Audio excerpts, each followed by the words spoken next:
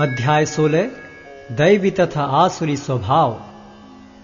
भगवान ने कहा, हे भरत पुत्र, निर्भयता, आत्मशुद्धि, आध्यात्मिक ज्ञान का अनुशीलन, दान, आत्मसंयम, यज्ञ परायणता, वेदाध्ययन, तपस्या, सरलता, अहिंसा, सत्यता, क्रोध विहीनता, त्याग, शांति, छिद्रान्वेषण में अरुचि, समस्त जीवों पर करुणा, लोभ विहीनता, भद्रता, लज्जा, संकल्प, तेज, क्षमा, धैर्य, पवित्रता, ईर्ष्या तथा सम्मान की अभिलाषा से मुक्ति, ये सारे दिव्य गुण हैं जो दैवी प्रकृति से संपन्न देवतुल्य पुरुषों में पाए जाते हैं।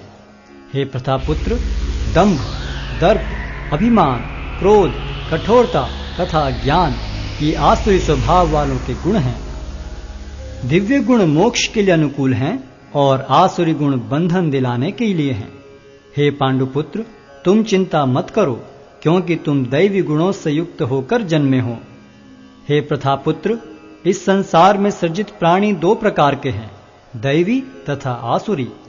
मैं पहले ही विस्तार से तुम्हें दैवी गुण बतला चुका हूं। अब मुझसे आसुरी गुणों के विषय में सुनो।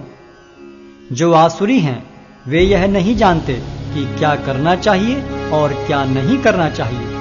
उनमें न तो पवित्रता, न उचित आचरण और न ही सत्य पाया जाता है। वे कहते हैं कि यह जगत मिथ्या है, इसका कोई आधार नहीं है और इसका नियमन किसी ईश्वर द्वारा नहीं होता।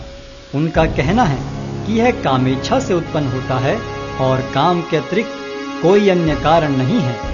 ऐसे निष्कर्षों का अनुगमन करते हुए आसुरी लोग, जिन्होंने आत्मज्ञान खो दिया है और जो बुद्धिहीन हैं, ऐसे अनुपयोगी एवं भयावह कार्यों में प्रवृत्त होते हैं जो संसार का विनाश करने के लिए होता है।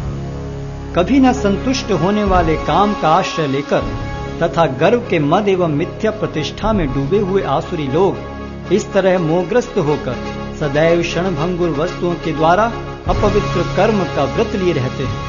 उनका विश्वास है कि इंद्रियों की तुष्टि ही मानव सभ्यता की मूल आवश्यकता है।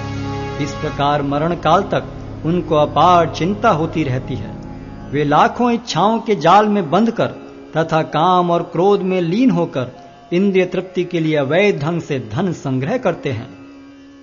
आसुरी व्यक्ति सोचता है, आज मेरे पास इतना धन है और अपनी योजनाओं से मैं और अधिक धन कमाऊंगा।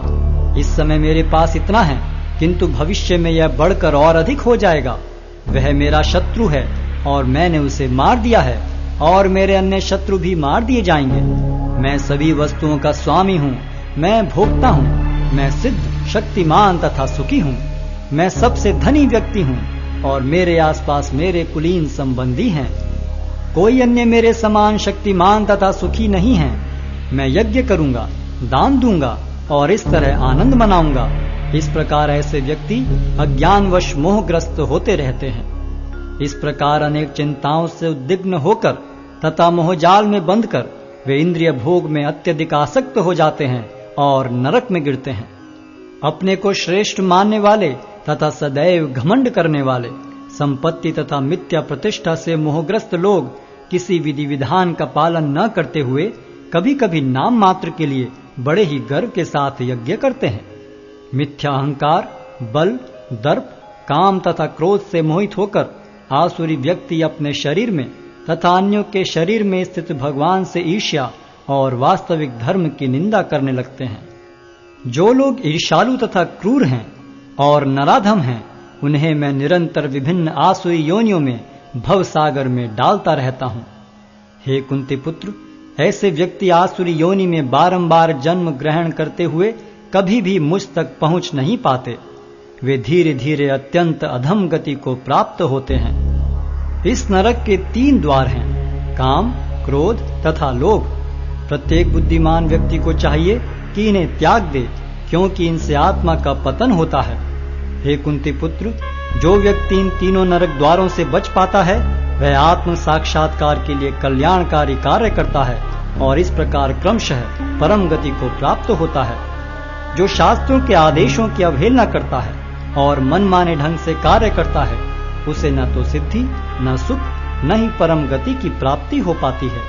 अतएव मनुष्य को यह जानना चाहिए कि शास्त्रों के विधान के अनुसार क्या कर्तव्य है और क्या अकर्तव्य है। उसे ऐसे विधि विधानों को जानकर कर्म करना चाहिए जिससे वह क्रमशः ऊपर उठ सके।